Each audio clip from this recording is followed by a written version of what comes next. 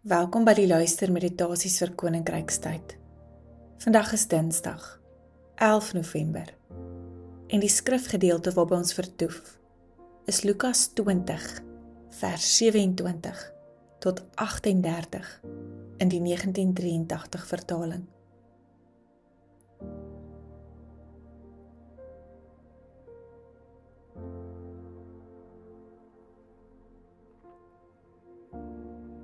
Ek nooi jou uit om in hierdie oomblik opnuut tot rus te kom.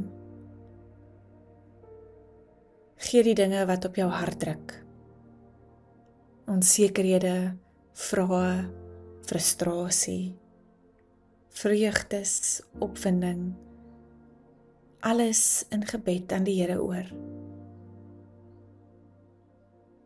Vra hom om jou in die hier en nou opnuut te ontmoet, in sy woord en in die stilte, in gebed.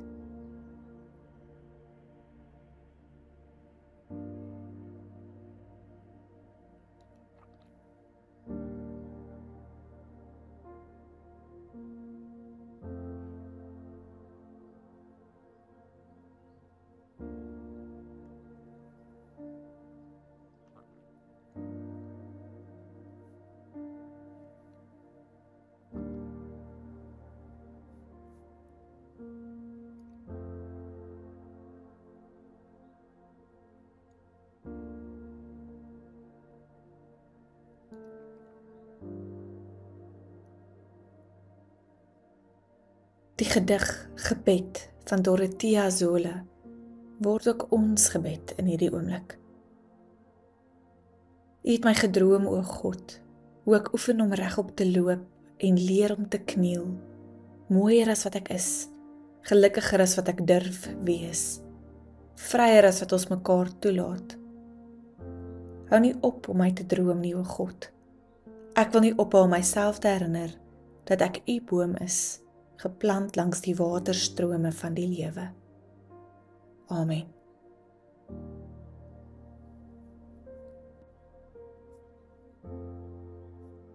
Lukas 20, vers 27. 'n aantal Sadduseërs, dit is die mense wat ontken dat daar 'n opstanding uit die dood is, kom toe nader en vra vir Jesus: Meneer, Moses het vir ons voorgeskryf, as iemand 'n getroude broer het wat kinderloos sterwe, moet hy met sy broer se weduwee trou en vir sy broer kinders verwek.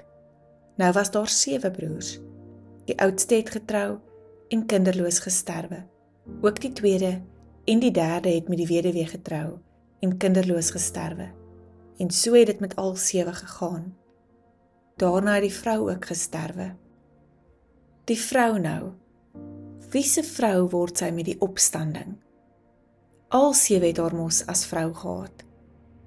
Jesus sê vir hulle: in hierdie wêreld trou die mense met mekaar, maar die wat waardig geag is om deel te hê aan die toekomstige wêreld en aan die opstanding uit die dood, trou daar nie meer nie. Hulle kan ook nie meer sterwe nie. Hulle is soos engele. Hulle is kinders van God, omdat hulle uit die dood opgestaan het.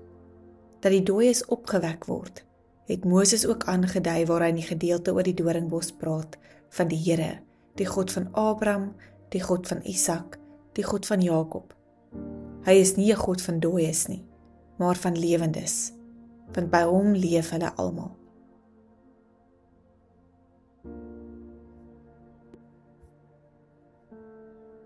‘n groep Sadduseërs kom na Jesus met 'n vraag. Nie omdat hulle werklik wil verstaan nie, maar om hom vas te vra. En hulle bring 'n ingewikkelde storie, 'n pynlike storie, oor 'n vrou, 7 broers en dan die opstanding. Wat interessant is dat Jesus nie antwoord met 'n argument nie, maar met 'n openbaring. Hy wys weg van hierdie spekulasie na die hart van die saak. God is nie 'n God van dooies nie, maar van lewendes. In daardie een sin word alles omgedraai. Geloof word nie 'n teorie nie, maar 'n verhouding. Die opstanding is nie bloot 'n belofte vir later nie, maar 'n werklikheid wat nou reeds begin in die teenwoordigheid van God wat lewe gee. Jesus herinner ons hier dat ons God se kinders is, nie vasgevang in die ou patrone van dood en verlies nie, maar ingebed in die lewende ritme van 'n God wat altyd nuut maak.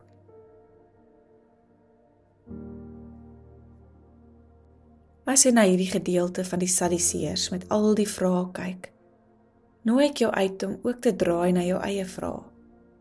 Watter vrae draai jy tans in jou geloof? En watter daarvan vra eintlik nie antwoorde nie, maar 'n teenwoordigheid van God? Dink bidtend hieroor na.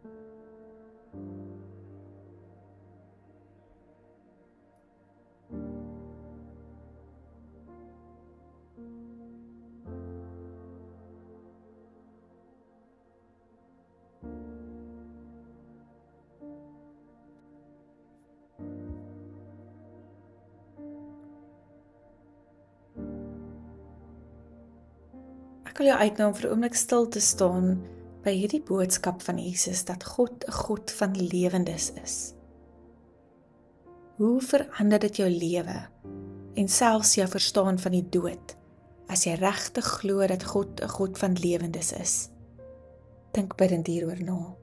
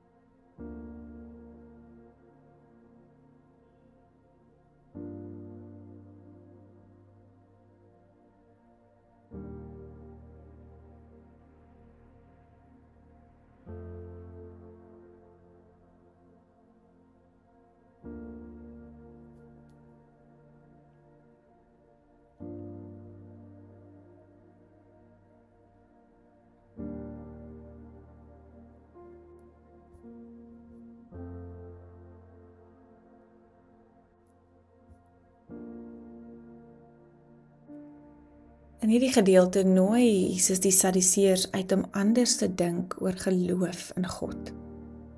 Dis nie net 'n stel reëls of 'n klomp teorieë wat hulle moet navolg nie. Dis eerder 'n verhouding met 'n lewende God, met die God van die lewendes.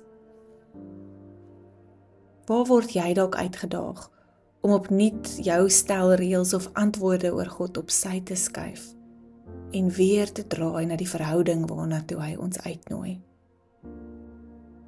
Praat ook met God in gebed hieroor.